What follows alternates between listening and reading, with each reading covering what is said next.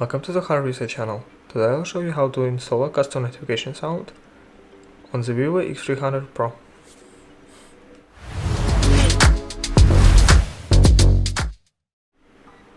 So first of all, open settings by scrolling down from top to bottom and pressing the little gear here. In settings, scroll down to sound and operation.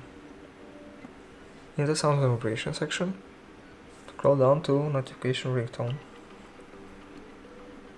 Here you can choose from a variety of pre-installed sounds or install a custom ringtone. Just press here and select the audio file you need.